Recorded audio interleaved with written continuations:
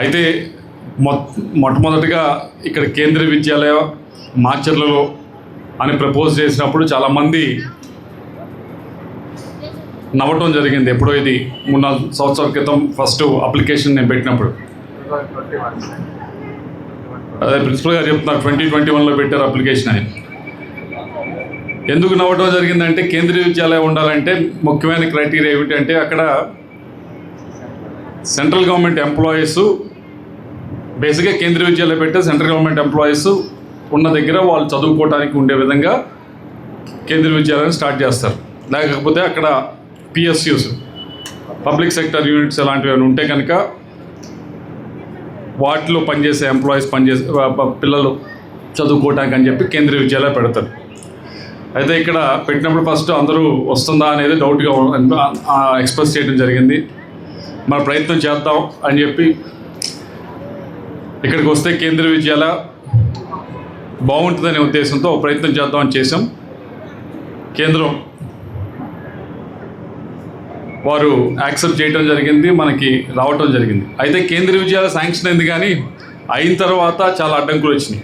మొదటి అడ్డంకి ఏమిటి అంటే ఇందాక కలెక్టర్ గారు చెప్పారు, ఇక్కడ కేంద్రీయ విద్యాలయం స్టార్ట్ చేయాలంటే కంపల్సరీగా 2 ఉండాలి. ఒకటి టెంపరీ క్యాంపస్ నడుస్తూ ఉంది, అలాగే పర్మనెంట్ క్యాంపస్ కట్టడానికి భూమి కూడా చూపించాలి. ఈ 2 మాచర్ల గురించి మీకు తెలిసిందే. మీరు ఏమన్నా టౌన్లో మొత్తం రేట్లన్నీ పెంచేసి కూర్చున్నారు, ఎవరు కూడా ఎక్కడా కూడా దొరికే పరిస్థితి లేదు. గవర్నమెంట్ స్థలాలు ఏమన్నా చాలా మటుకు ఉపయోగంలో ఉన్నాయి.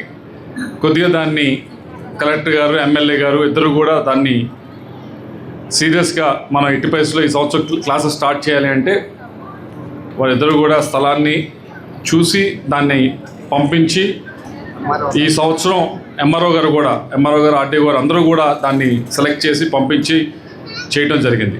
టెంపరీ క్యాంపస్కి మామూలుగా టెంపరీ క్యాంపస్ ఇంత అద్భుతంగా అయితే లేదు, ముందు కొద్దిగా అటు ఇటుగా ఉంది.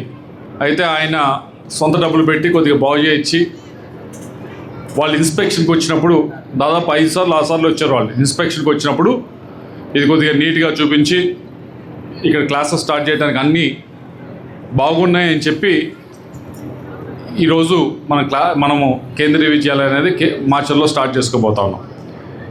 దీన్ని వచ్చే 5 సంవత్సరాల్లో ఫస్ట్ క్లాస్ నుంచి 12th క్లాస్ దాకా ఇప్పుడు ఎవరైతే ఫస్ట్ క్లాస్లో చేరారో వాళ్ళు 12th క్లాస్ దాకా ఇక్కడ చదవచ్చు. ఫస్ట్ క్లాస్ నుంచి 12th క్లాస్ దాకా సెక్షన్స్ అన్నీ స్టార్ట్ అవుతాయి. రెండోది అయ్యేది ఏమిటి అంటే ఇప్పుడు కేవలం ఒక సెక్షన్ మాత్రమే స్టార్ట్ చేశారు, కానీ వచ్చే 5-6 సంవత్సరాల్లో ప్రతి క్లాస్కి కూడా 2వ సెక్షన్ కూడా స్టార్ట్ చేస్తారు. అంటే ప్రతి క్లాస్లో 80 మంది స్టూడెంట్స్కి అడ్మిషన్ ఉంటుంది. 80 మంది స్టూడెంట్స్ చదువుతారు ప్రతి సంవత్సరం. అంటే దాదాపు 960 మంది ఈ స్కూల్లో చదివే అవకాశం వస్తుంది ప్రతి సంవత్సరం కూడా. అయితే ఇక్కడే జరుగుద్దా మొత్తం క్లాస్ అంటే కాదు.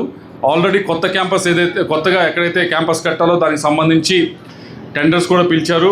అక్కడ బిల్డింగ్ కట్టడం అనేది తొందరలోనే స్టార్ట్ అవబోతోంది. దాదాపు 60 కోట్ల పైనే దానికి సంబంధించి టెండర్ కూడా పిలవడం జరిగింది.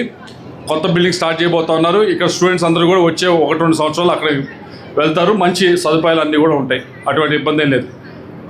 సరే, ఇంత చేసిన తర్వాత ఈజీగా సీట్ వచ్చేసింది మనకి. 10 కిలోమీటర్ల లోపల ఉంటే లాటరీ వేసాము, లాటరీలో సీట్ వచ్చేసింది కదా అని చెప్పి మనం ఖాళీగా ఉంటే కరెక్ట్ కాదు. మీరు కొద్దిగా తల్లిదండ్రుల వైపు నుంచి కూడా మీరు కూడా కొద్దిగా సీరియస్గా తీసుకోవాలి దీన్ని.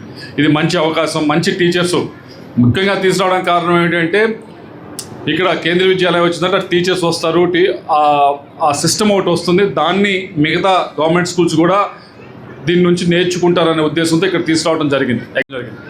కాబట్టి మంచి టీచర్స్, మంచి ఇన్ఫ్రాస్ట్రక్చర్ ఉన్నప్పుడు మీరు చేయవలసింది ఏంటంటే మొట్టమొదటిది ప్రతిరోజు కూడా తూచా తప్పకుండా ఈరోజు ఒకరోజు వెళ్ళాడు, ఈ వారంలో 4 రోజులు వెళ్ళాడు కదా, ఒక 2 రోజులు స్కూల్ ఎగ్గొట్టిద్దాము అని అనుకోకుండా ప్రతిరోజు కూడా స్కూల్కి పంపించే బాధ్యత తీసుకోవాలని చెప్పి మేము కోరుతూ ఉన్నాం.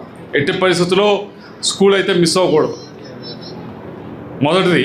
రెండోది, ప్రతి ఒక్కరూ కూడా ఎవరైతే ఇక్కడ చేరారో ఇప్పుడు వారు ప్రతి ఒక్కరూ కూడా 12th స్టాండ్ అయ్యేదాకా 12th క్లాస్ అయ్యేదాకా అందరూ కూడా చదవాలి. 12th క్లాస్ చదివిన తర్వాత మళ్ళీ ఆపేయటం కాకుండా కంపల్సరీ ఇక్కడ చేరిన ప్రతి ఒక్కరూ కూడా డిగ్రీ తప్పకుండా పూర్తి చేయాలి.